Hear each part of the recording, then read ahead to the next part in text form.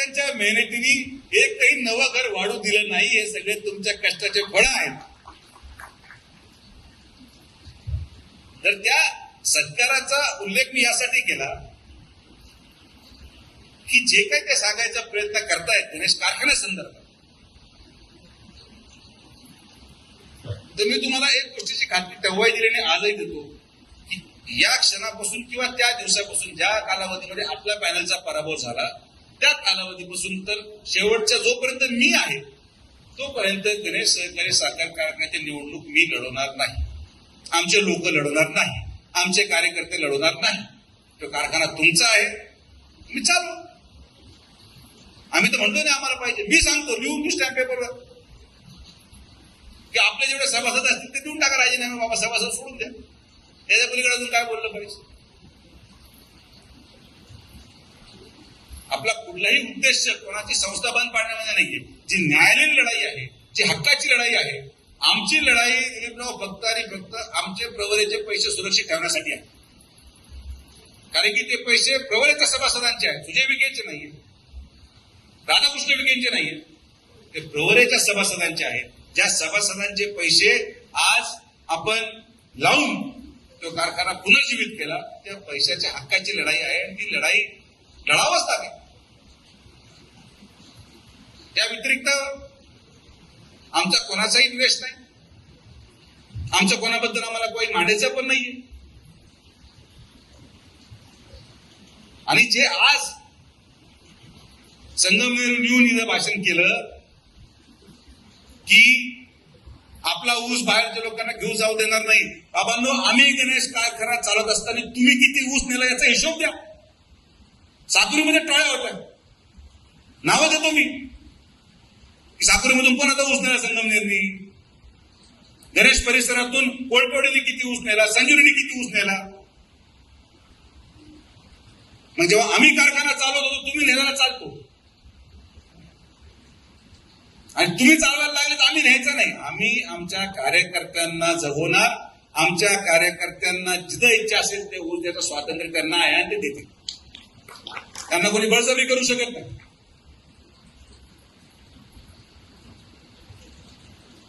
तर माझं मी तुम्हाला स्पष्ट सांगतो, माझा वाद कुठल्याही व्यक्तीशी नाही.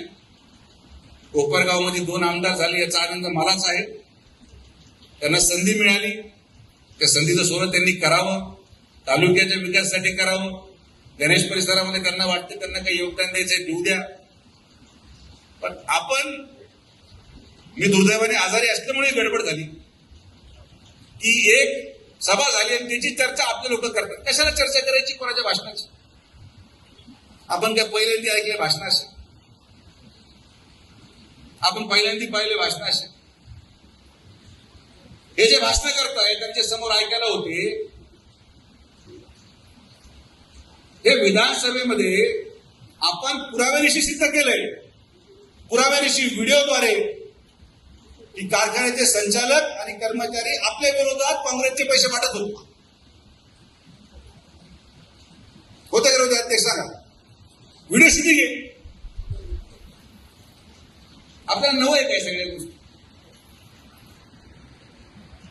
आम्हाला नाही फरक पडत. बाबा तुम्ही सगळी ताकद लावा, जी लावायची लावा. अजून कोणी राहिला असेल त्यालाही बोलून घ्या. या तालुक्यामध्ये सर्वसामान्य माणसं आणि संघटनेच्या कार्यकर्ते जोपर्यंत प्रामाणिक आहेत तोपर्यंत भारतीय जनता पार्टी आणि विखे पाटील साहेबांच्या केसाला धक्का सुद्धा लागणार नाही.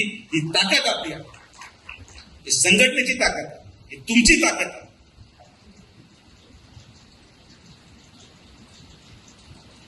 तर आपल्याला संघर्ष नवा नाही, आपल्याला पुरवड्या नव्या नाहीये, आपल्याला शेजारून झालेलं अतिक्रमण नवं नाही.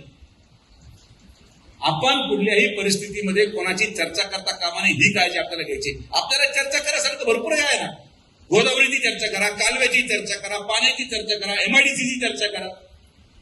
आज राहता तुम्हाला मी सांगतो, लिहून देतो की 2 वर्षामध्ये जेव्हा राहत्या शहरामध्ये तुम्ही जाल, आज एक जाऊन या, फोटो काढा, व्हिडिओ काढा, आणि 2 वर्षानंतर राहत्या शहरामध्ये तुम्हाला ते शहर ओळखू येणार नाही.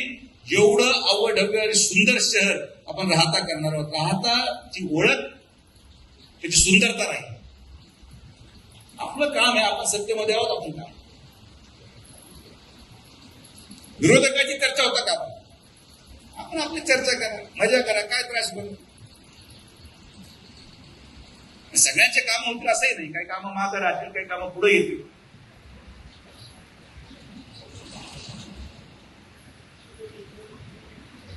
ती सभा संपली आणि मला 2-3 लोकांचे मेसेज आले, नाही दादा काय झालं, ते कसं चाललंय, हे लोक स्टेजवर होते, ते लोक स्टेजवर होते, फलाना होता नेमका साकोरीवाला पण स्टेजवर चढला, असं झालं तसं झालं.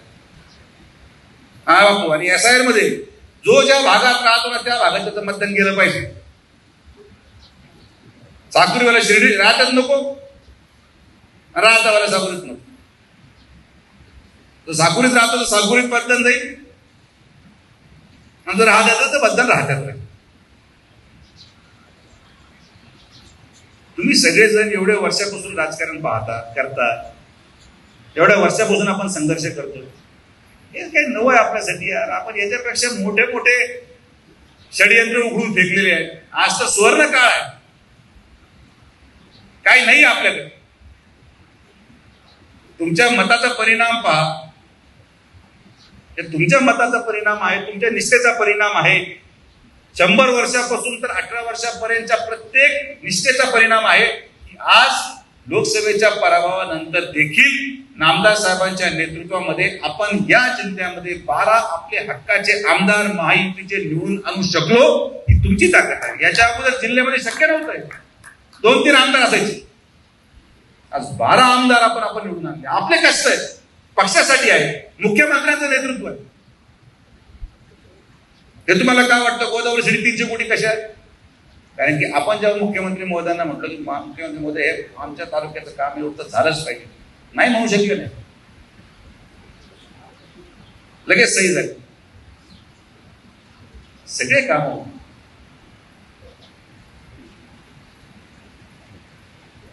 तर चर्चा करण्यासाठी गोष्टी भरपूर आहेत. नेगेटिव्ह चर्चा कृपया करून करत नका जाऊ, त्याने निष्पन्न काही होत नाही.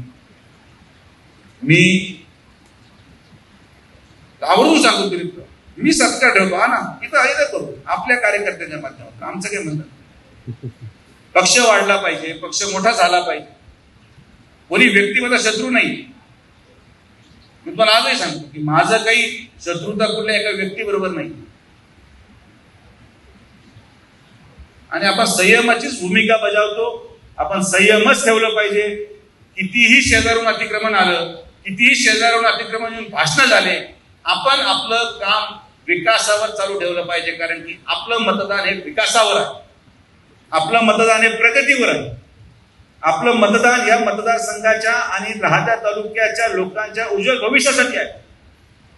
म्हणून लोक मतदान टाकतात, लोक येतात भाषण ऐकायला, मतात रूपांतर होणार नाही. तर ना 40 वर्षाच्या इतिहासामध्ये, 30 वर्षाच्या इतिहासामध्ये ना शिर्डीमध्ये 23-0 झाला असता, ना राहत्यामध्ये 23-0 झाला असतं. 1 साइड मेजॉरिटी दिली लोकांनी, 1 साइड. कसला परिणाम? विश्वासाचा परिणाम आणि नेतृत्वावर असलेला विश्वास, नेतृत्वावर असलेली आत्मीयता, याचा परिणाम. त्यामुळे शांतता धरा, फार पेटून उठू नका, निवांत आपल्या गावी रिलॅक्स करा. भांडायचं गावात भांडा, इकडे नका.